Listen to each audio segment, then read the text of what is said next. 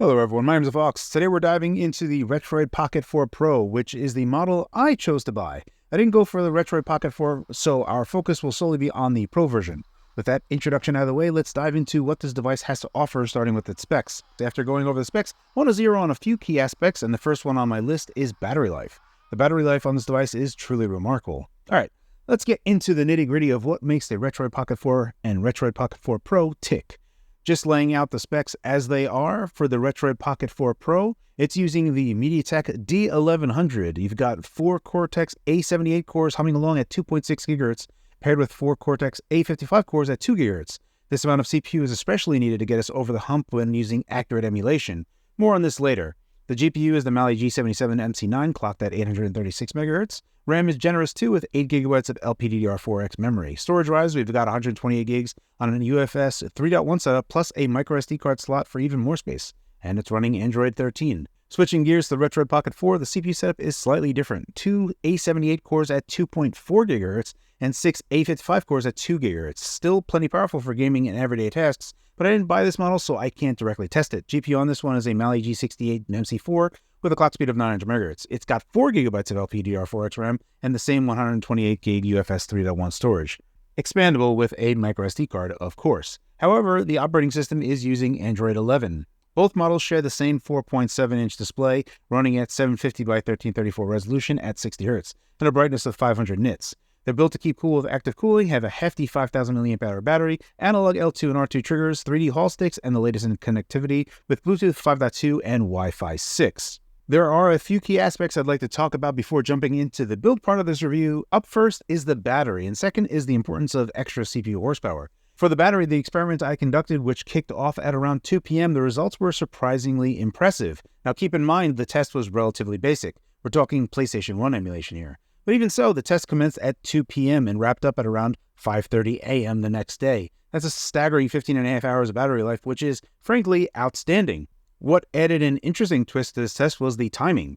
As the test ran its course, I witnessed the sun setting and then rising again as we approached the end. By the time the device finally shut down around 5:30 a.m., dawn was just breaking. It wasn't until around 6:30 or 7 a.m. that sunlight began to stream through my windows, visibly marking the passage of time throughout the test. It's a small detail, but it's really underscored just how sensational the battery life is on this device. Moving on, let's delve into the critical aspect of CPU horsepower. It's not just about having robust CPU cores. It's also crucial they run at optimal clock speeds to unleash their full potential. This is especially true when pushing the device to its limits. Retroid cleverly offers a choice between a performance mode and a power-saving mode, revealing a noticeable difference in CPU power, as evidenced by GeekBench scores. In power-saving mode, the device scores around 800 for single-threaded being crucial for emulators. But switching to performance mode boosts the score to approximately 1100. This significant leap demonstrates the impact of having sufficient CPU power. The real-world implications of this are most apparent in emulation accuracy. Take the Beetle Saturn emulator, for example, which demands considerable CPU strength. In power-saving mode, audio skipping is a noticeable issue, signaling inadequate processing power.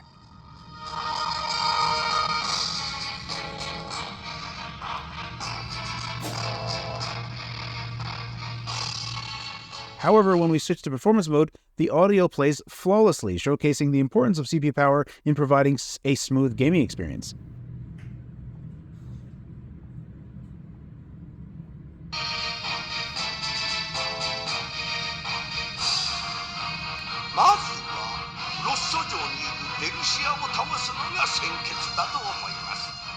This device stands out among retro handhelds for its ability to handle full Beetle Saturn emulation in performance mode. For those aiming to explore a broader range of Saturn games, the Retroid Pocket 4 Pro is essential for its superior horsepower. While not every game demands this level of performance, with more demanding titles the difference is clear. So if you're considering this device, remember that its ability to deliver on the more intensive games hinges on this crucial aspect of CPU power. With these two crucial aspects talked about, let's jump into the build quality part of this review. In this segment of the video, we'll focus on assessing the build quality of the device, exploring its various features and functionalities. We'll take a comprehensive tour around the device, starting from the left side to the bottom, where we find dual firing speakers that, interestingly, project sound backwards. Despite their unconventional direction, these speakers deliver exceptionally loud and reasonably clear audio. Have a listen.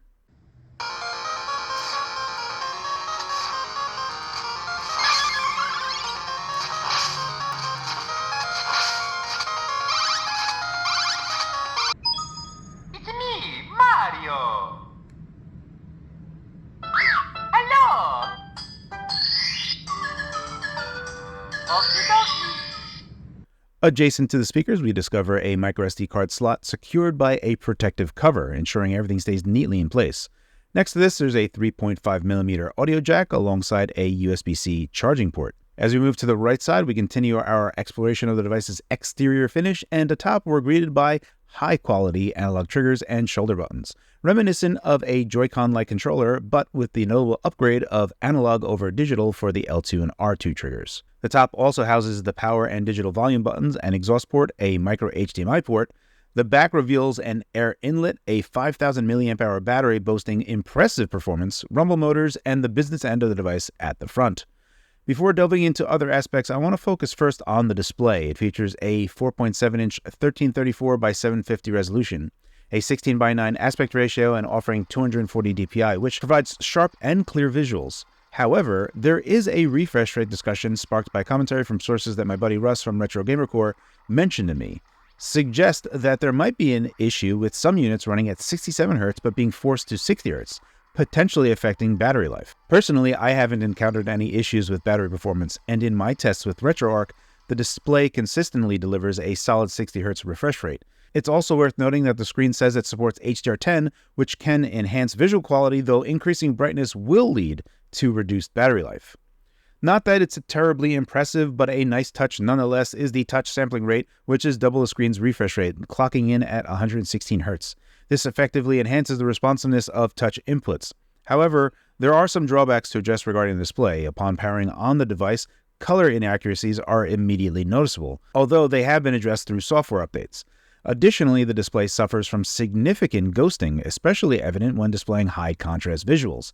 This issue is particularly pronounced with a dark background and light icons, making the ghosting easily visible to the naked eye. It seems every panel appears to have its unique set of challenges, including odd coloration and potential refresh rate discrepancies, which are being corrected through software.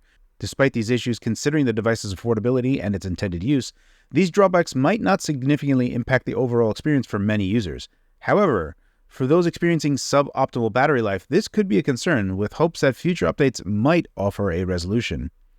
I also want to highlight the dome-based D-pads. If you've been following my channel, you'll know that this is my favorite type of D-pad, which provide a satisfying click reminiscent of the tactile feedback experienced with devices like the PS Vita. This contributes to a comfortable and responsive control experience. While it's not exactly like a Vita and it has a bit of a float to the top of the D-pad, this D-pad is still exceptional. And having a similarity to the latest Xbox Series controllers that have dome-based D-pads and membrane-based face buttons, the Retroid Pocket 4 Pro also has a membrane-based face buttons, but the tactility and feedback feels exceptionally well calibrated. I find it hard to put into words, but they feel as though heavy consideration has been put on the face buttons. On the flip side, the device features Hall-based analog sticks, which offer a distinct feel compared to traditional analog sticks. These particular sticks possess a concavity that enhances grip and control, coupled with a tension that makes them feel more substantial than their size would suggest. However, a notable characteristic of these sticks is their magnetism towards the cardinal directions, which can be both a benefit and a drawback, depending on the user's preference. For all intents and purposes, the analog sticks are very good for how small they are. Small analog sticks will have multiple considerations and will require the user to be dexterous to compensate.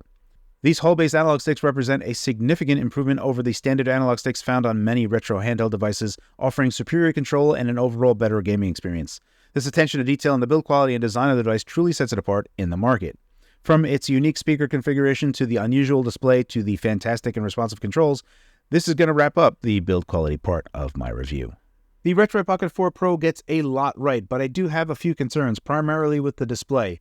It appears there are varied experiences with the screen quality among users. Personally, the main issue I encountered was with coloration upon startup, a problem that has been resolved through software updates. However, the panel's black levels, blacklight uniformity, and response time could be better, suggesting a compromise in quality for the sake of high brightness.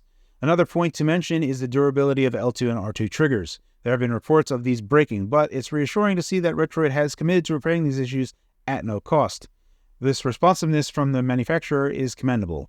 Despite these concerns, the Retroid Pocket 4 Pro offers great value. It's compact, cost-effective, and powerful enough to handle CPU-intensive emulation tasks with accuracy, a key factor for those interested in emulation, especially for systems like the Switch. This focus on CPU performance underscores the device's suitability for emulation enthusiasts. In the broader context of Android-based retro gaming handhelds, your options within the $200 to $300 range are relatively limited. Retroid, alongside AYN with their Odin series, essentially leads this niche market. Overall, the Retroid Pocket 4 Pro is a compelling choice for its price point, offering a robust platform for emulation-focused gaming. That's a standout device in a market with few competitors, making it a recommended option for those seeking a powerful portable emulation experience. We're living in an exciting era for gaming enthusiasts, with a plethora of handhelds hitting the market, each offering unique performance levels and price points. Amidst this vibrant landscape, the Retroid Pocket 4 Pro stands out as a highly recommendable choice. I've personally invested in one, and I'm quite pleased with my purchase. A huge thank you to all of you for spending your time with me. Your support means the world, and I'm grateful for every view, like, and comment. I also want to extend a special shout out to my YouTube channel members and Patreon supporters. Your backing is invaluable, and it's what keeps this channel thriving. I hope this video is informative. As always, guys, thank you for your time, and thanks for watching.